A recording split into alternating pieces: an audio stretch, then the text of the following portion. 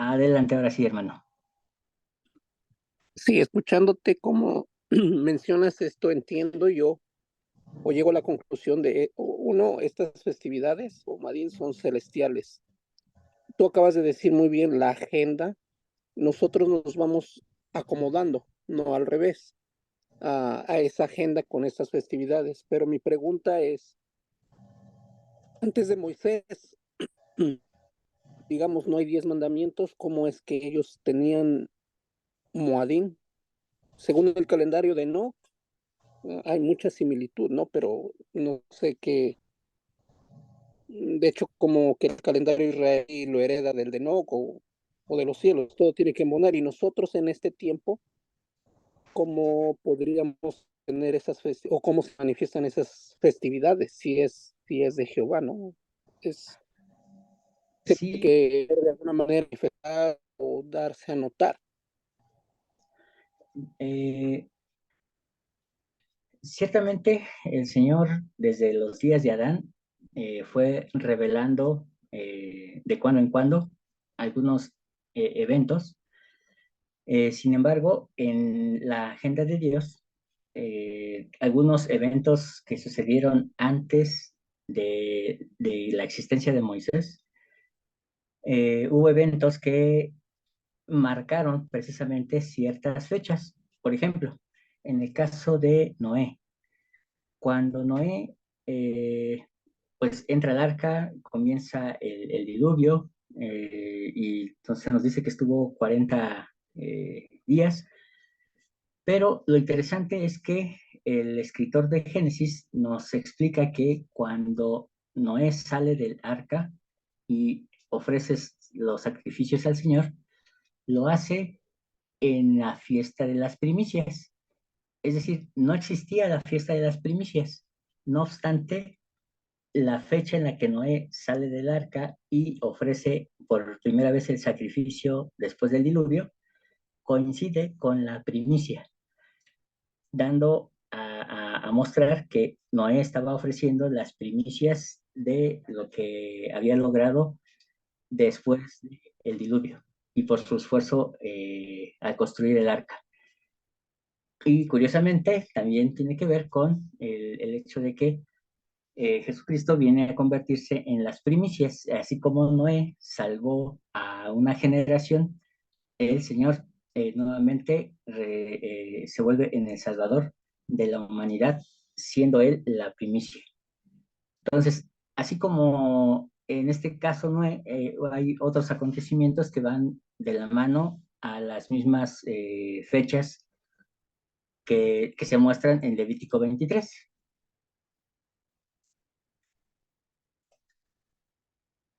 Pero sí, ahora sí que de cuando en cuando el Señor ha ido revelando poco a poco su agenda. La ventaja que tenemos nosotros de vivir en estos días es que ya tenemos la agenda. Ahorita, por ejemplo, vemos los de primavera porque es lo que se cumplió con la primer visita de Jesucristo. Las festividades de otoño tienen una relación con la segunda venida de Cristo. Entonces, nuestra misión ahora es ver cómo se van a cumplir esas próximas festividades en la vida de Jesucristo, teniendo en cuenta lo siguiente, que en su primer visita el calendario fue respetado. Cristo respetó cada una de las fechas. Así, en la segunda venida tendrá que respetar las fechas. Eso es bien importante. Entonces, de entrada, ¿qué podemos saber de la segunda venida de Cristo? Que Cristo viene en otoño. No va a venir en primavera, no va a venir en verano, viene en otoño. Eso es de entrada lo que podemos saber tocante a la segunda venida de Cristo. No sé si alguien más tiene otra pregunta.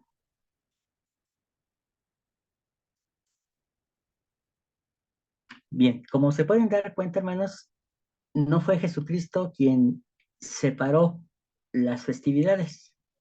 Cristo cumplió con las festividades. siendo él mismo el Cordero Pascual. Lo triste es que hoy en día tenemos una Pascua cristiana y una Pascua judía.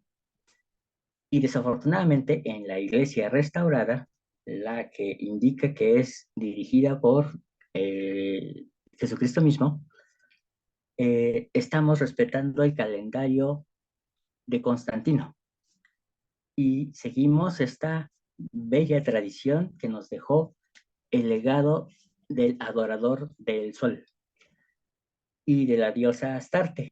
Entonces, me parece a veces un poquito, no sé, quiero morderme las orejas cuando veo que uno de los apóstoles está poniendo huevos de Pascua en su jardín.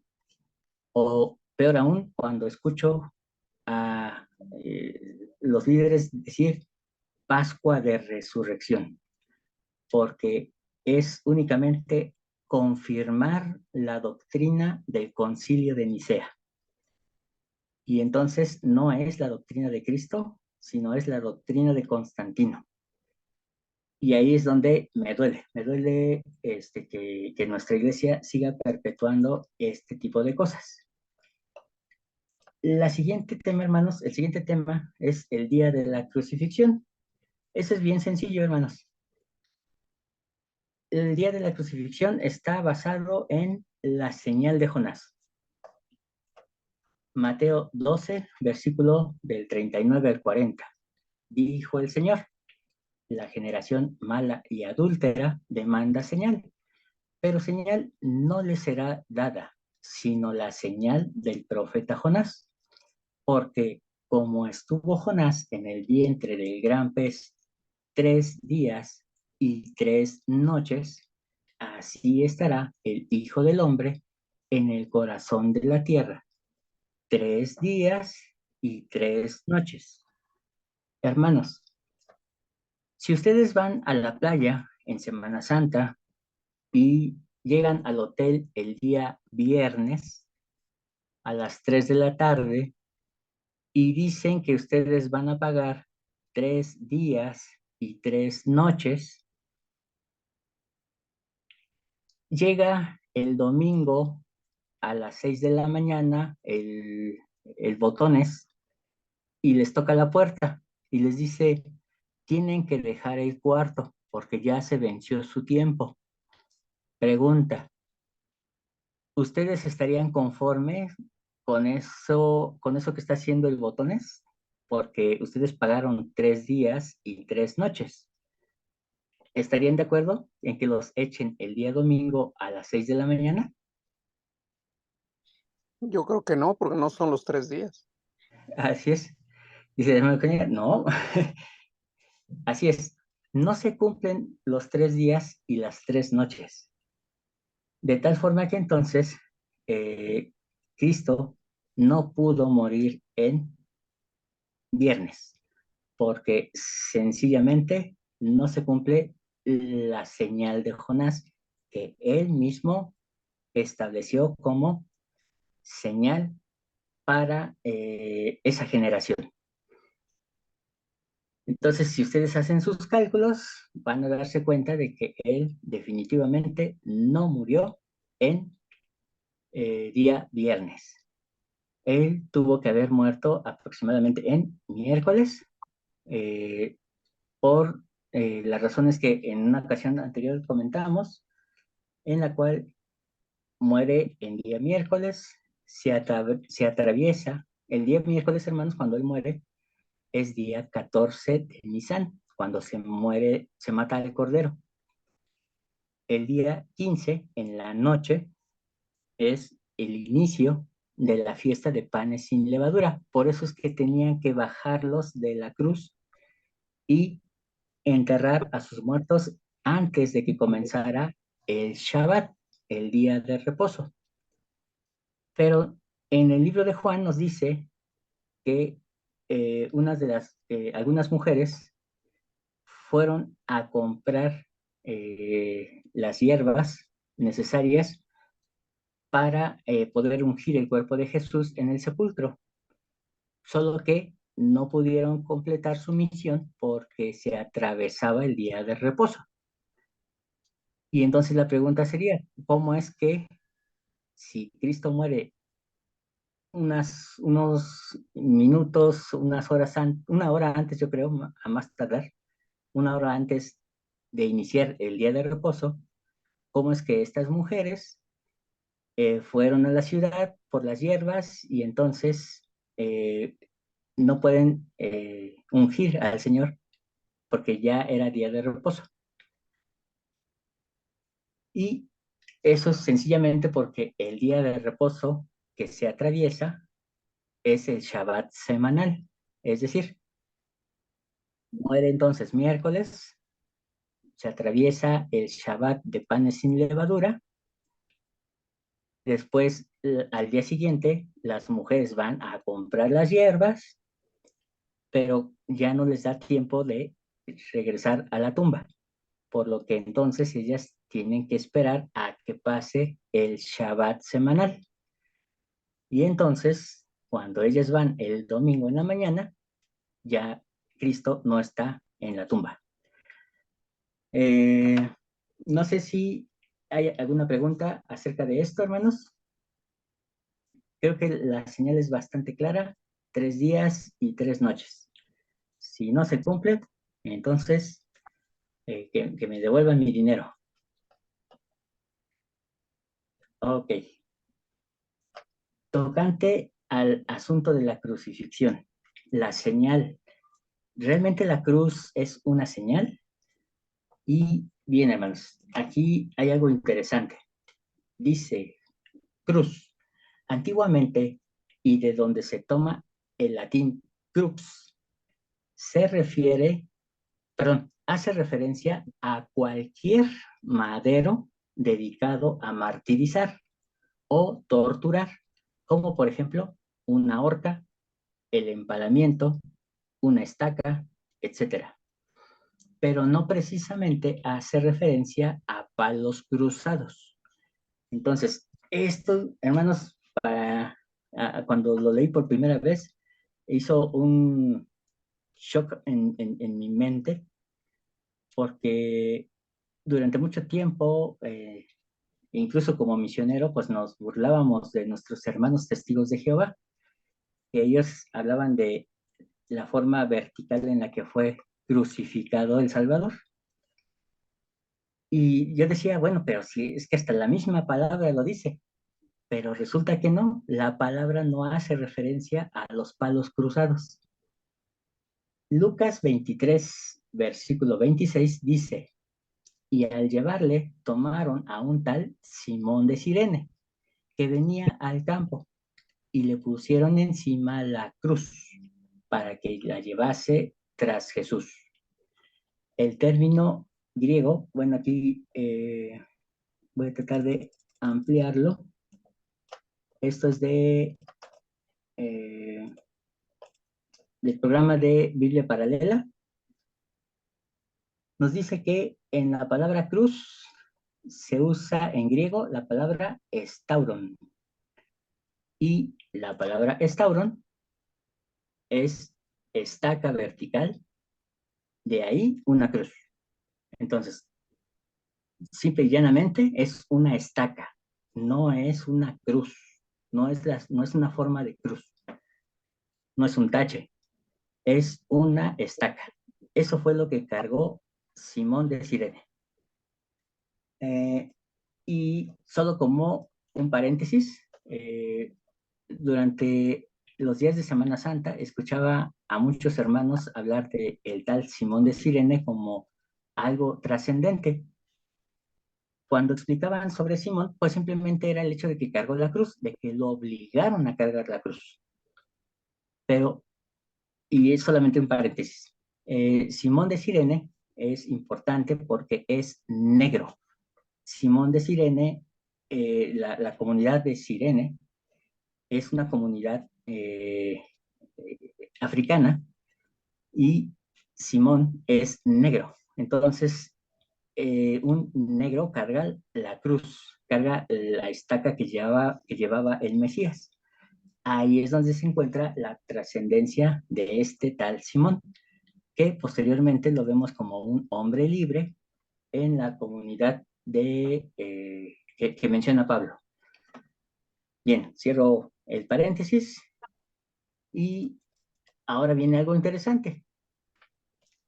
Aquí vemos, hermanos, diferentes representaciones, la de los testigos de Jehová, la cruz de Tamuz, que hace una referencia a la serpiente que levanta Moisés en el desierto. Vemos también una escena de la película Yo para esto he nacido, donde el Mesías solamente carga un palo que, que atraviesa sus hombros. Y finalmente la cruz latina. Pero me encontré con esta imagen, hermanos, la imagen de un Mesías crucificado en un árbol. Y me parece interesante por lo que dice a continuación. Pedro, en su carta, dice lo siguiente, en el capítulo 2, versículo 24. Él mismo llevó nuestros pecados en su cuerpo sobre el madero, para que nosotros, estando muertos a los pecados, vivamos a la justicia.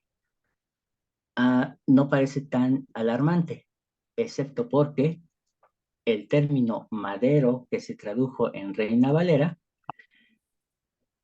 en griego es gilón y significa árbol. Y entonces Pedro está diciendo que Cristo fue crucificado o que fue puesto sobre un árbol.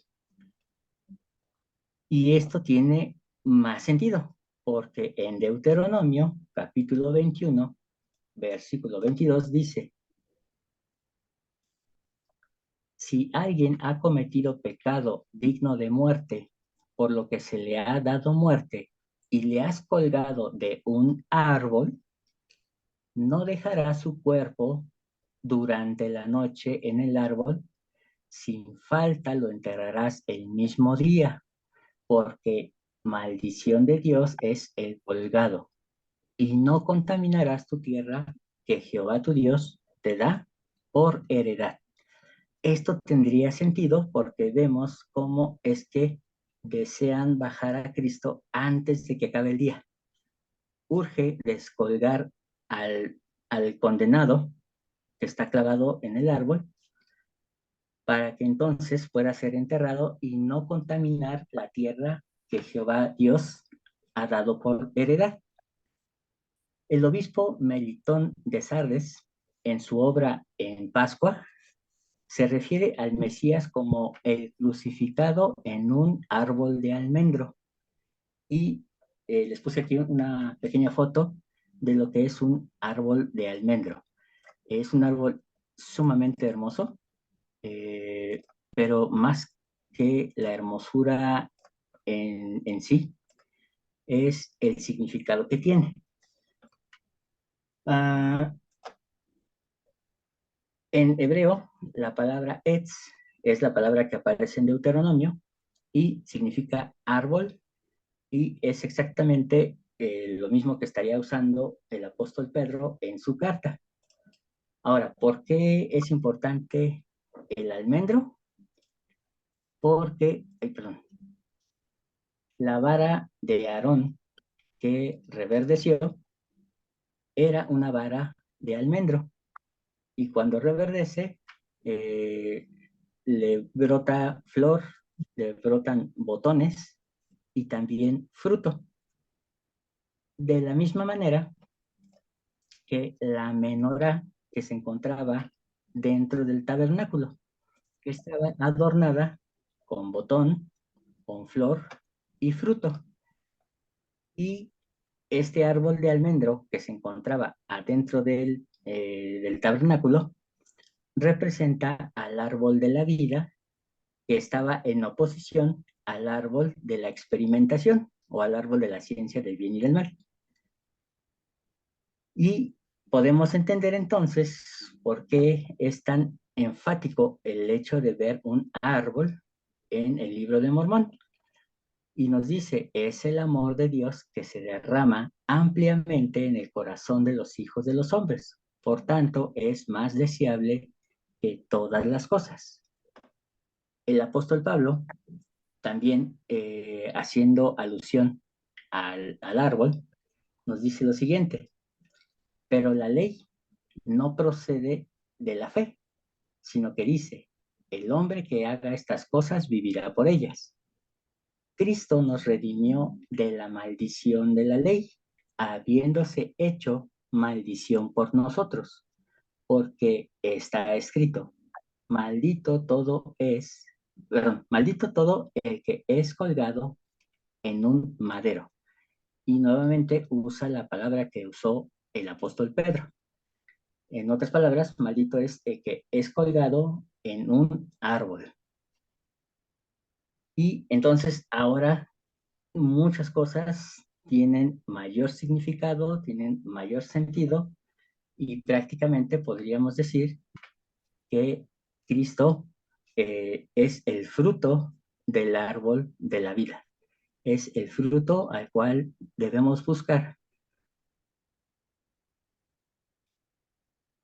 y el cual debemos anhelar. Uh, Ciertamente, él muere maldito, eh, no solamente humillado y despreciado, sino que además carga maldición y tiene que morir fuera de su ciudad. Tiene que morir en humillación como el peor de los criminales. ¿Para qué? Para que nosotros podamos saber que en su árbol encontraremos flor, fruto y botón. Las cosas necesarias para subsistir en esta vida y en la vida venidera. Gracias a Él podremos tener vida si miramos a Él, al que fue levantado. La escena de el video de Yo para esto he nacido nos muestra lo que realmente debió ocurrir.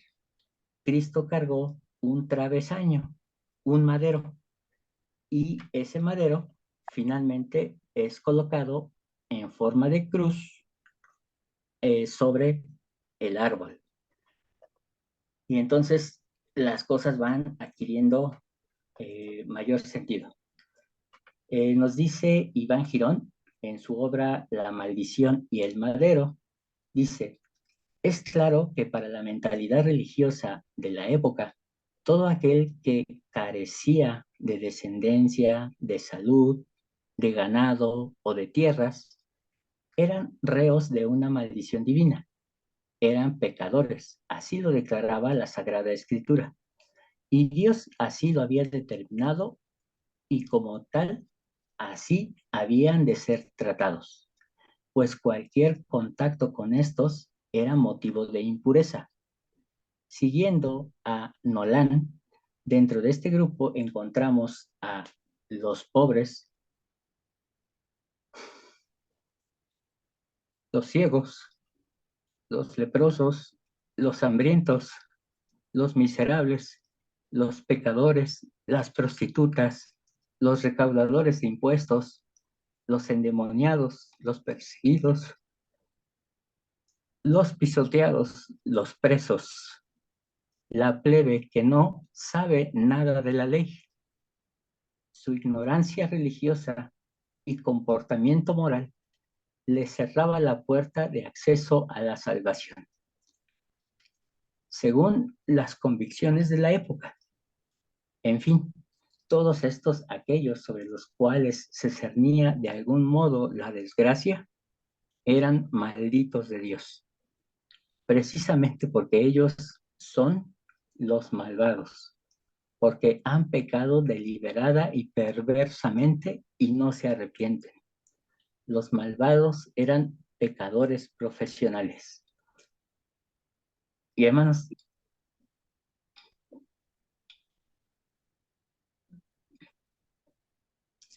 yo que he cometido tantos errores a lo largo de mi vida, sé lo que a veces significa ser señalado como un pecador profesional. El hecho de que la gente voltee y diga, es el peor de los seres, no hay salvación para él. Pero hermanos, hacerlo con el Salvador no era justo. Y aún así murió como tal, murió como de los peores. Pero gracias a nuestro Padre eterno que le levantó de entre los muertos, demostrando que él era un pan sin levadura, que no había pecado en él. Y entonces lo sentó a su diestra. Y eso es lo maravilloso de la resurrección. Hermanos, esto es sumamente especial, sumamente maravilloso el poder saber que la forma en la que murió Cristo marcaba algo más que el hecho de que fuera rechazado. Realmente él fue un proscrito de la existencia, del cosmos. Y entonces solo así podía haber hecho una expiación infinita. Uh, y por último, con respecto a este tema de la crucifixión, pues es el famoso letrero, que todos conocemos con el INRI, pero que en hebreo, hermanos, tiene un significado sumamente especial. Yeshua Hanotzori, Bet Ha, ha Yehudim. Un poquito me costó trabajo. Jesús, el Nazareno, el rey de los judíos. Si, así como la palabra INRI se va tomando una letra al inicio de cada palabra, si tomamos la primera letra de cada palabra en hebreo, nos da como resultado el nombre del Eterno, Yuhet Pahei. Y era una afrenta a los judíos. Y por esa razón era que querían que quitaran este letrero de la cabeza del Mesías. No solamente porque decía que era el rey de los judíos, sino porque decía que era su Dios. Y entonces, uff, esto, hermanos, es sumamente maravilloso al contemplar el panorama completo, ¿no? Ver cómo su Dios muere como el más vil de todos los seres humanos. Uh, bien, hermanos, no sé si tienen alguna pregunta tocante al tema de la crucifixión. Si nos preguntamos si es una señal, podemos ahora entender que sí es una señal, pero no para ahuyentar a los vampiros, sino para recordarnos que en su maldición también florece botón, flor y fruto, al igual que en la vara de Aarón. Por lo tanto, Cristo tiene autoridad en los cielos y en la tierra. Hermano Enrique. Juan, ¿tendrá algo que ver la influencia de la cual hemos sido, bueno, enseñados con hablando de Constantino? Él menciona, o lo que le hace unirse al cristianismo es que ve una señal en el cielo en forma de cruz, y de ahí es como la prueba para que se una al cristianismo y salga todo, pues todo lo que conocemos que se deriva. Esa es una. Um, la verdad, el escuchar que es un árbol y tiene mucho sentido con todo lo que tú dices. No sé, que lo primero, los otros dos personajes que estaban a su lado estaban en un madero o en un árbol también, solo Jesucristo en un madero, ¿verdad? Y digo, en un árbol.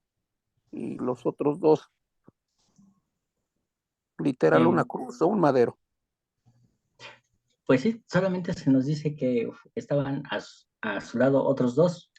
Es probable que ellos a lo mejor sí hayan estado en una cruz como tal, pero algo que me llama la atención es que incluso la muerte común entre los romanos no era como la cruz latina que vemos en esta parte donde estoy señalando con la flecha, sino que morían en forma de tache, es decir, con la cruz inclinada. Entonces, por eso es que también me llama la atención que esta sea tan popular, porque la cruz que usaban los romanos era una cruz inclinada, entonces tampoco encaja con la historia. Pero efectivamente, lo que supuestamente vio Constantino en su visión fue una cruz parecida a la cruz latina. Y bueno, déjenme decirles, hermanos, a manera de brevario cultural, que muchos de los sitios arqueológicos, incluso la famosísima Vía Dolorosa, no es real. La Vía Dolorosa fue una invención de la mamá de Constantino, donde él dijo, es probable que por aquí haya pasado. Y entonces, como le gustó el sendero, entonces lo declararon la Vía Dolorosa, pero en realidad no existe tal vía. Y lo mismo pasó con el monte Sinaí, o el famoso monte donde Dios desciende y entrega las tablas. La mamá de Constantino dijo, este es el monte Sinaí, ese monte Sinaí que está en la península de Sinaí, como tradicionalmente lo vemos en nuestras Biblias. En realidad, el monte Sinaí está en Arabia, en el desierto de Arabia. Nada que ver con el monte Sinaí que comúnmente hemos aprendido. Hermana Rosalinda. Gracias. Ahorita que estás diciendo eso de la cruz inclinada de los romanos, ahora que fue lo del eclipse, yo vi un documental donde están diciendo que el primer eclipse que se dio hace poquito, no me acuerdo qué año, pasó por ciudades en Estados Unidos que llevan el nombre de Salem, y el otro iba a pasar por las que o sea, el otro eclipse, la sombra iba a pasar eh, atravesando esta primera, sobre la cual, atravesada como tache, como cruz, sobre las ciudades que llevan el nombre de Sodoma, si mal no recuerdo. Y a mí me llamó la atención porque sobre el mapa de Estados Unidos no era una cruz como la conocemos, sino era una cruz como tache. Y decía el narrador que era curioso que se haya formado con las dos rutas del eclipse, primero uno y después el otro, la forma de una cruz, lo consideraron cruz, pero está en forma de tache. Entonces, ahorita que estás tú diciendo que los romanos la tenían como tache, es como salió ahí en el documental. Quizá se basaron, no sé. Gracias. Gracias, hermana. Y finalmente, pues vemos que no coincide con la imagen tradicional. Pero sí, efectivamente, todo esto es porque hemos recibido una herencia cultural más que una verdad espiritual. Finalmente, Oye, hermanos, perdón, Juan ¿alguien más iba a Carlos, preguntar? sí, sí, oye Sí, Juan Carlos, entonces todas las cruces que se han dado en la historia eran como tache, no eran como lo que comúnmente se dice. no, finalmente la cruz siempre ha estado presente en diversas culturas y por eso es que tenía estas imágenes, porque por ejemplo, en esta versión que tenemos que dice cruz de Tap, es también conocida como la cruz de Tamuz. Se decía que el dios Tamuz murió en una cruz semejante a esta. Los testigos de Jehová, que hablan acerca de esta forma vertical en la que fue crucificado el Mesías, finalmente también es una cruz. Entonces, aunque no veamos un tache, o que no veamos los palos atravesados, eso también es una cruz.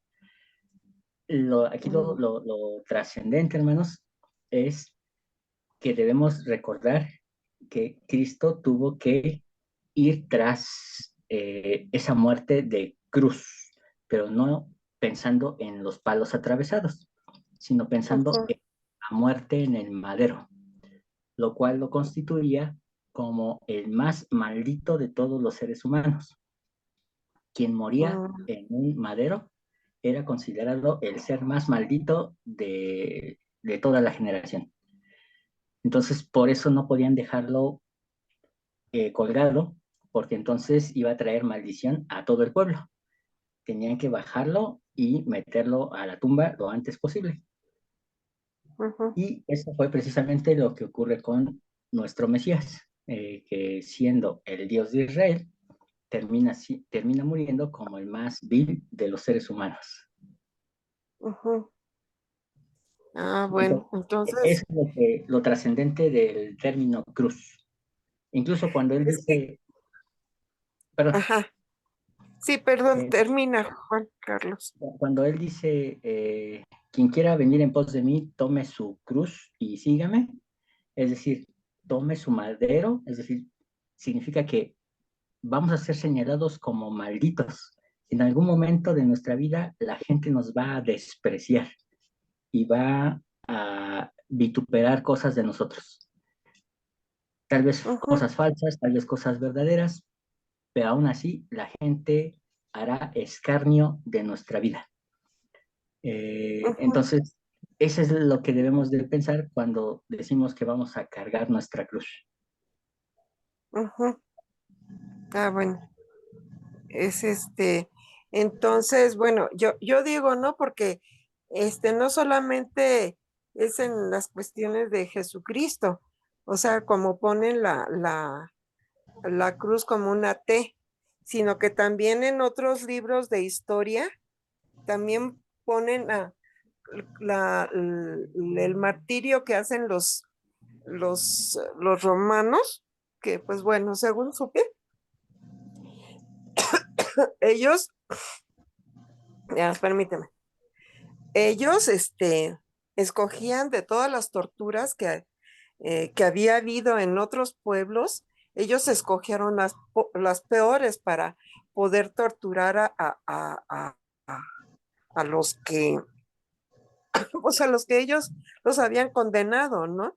O sea, no solamente les clavaban en las manos y en los pies, sino que también les rompían las piernas, ¿no? O sea, todo tipo de torturas.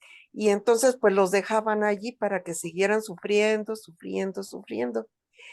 Entonces, pues nosotros ya sabemos cuáles fueron las torturas que nuestro Salvador tuvo. Y pero, pues bueno, si fue como una cruz, como tache, como dicen los testigos de Jehová, pues bueno, sí, sí eran como, hacía el hombre ¿cómo se llama? El que dibujó Leonardo da Vinci, ¿no? Porque Eh, era ajá, una especie de cruz, así, pues atravesados, ¿no? O sea, como tache, ¿no? pero bueno, Entonces, solo una aclaración.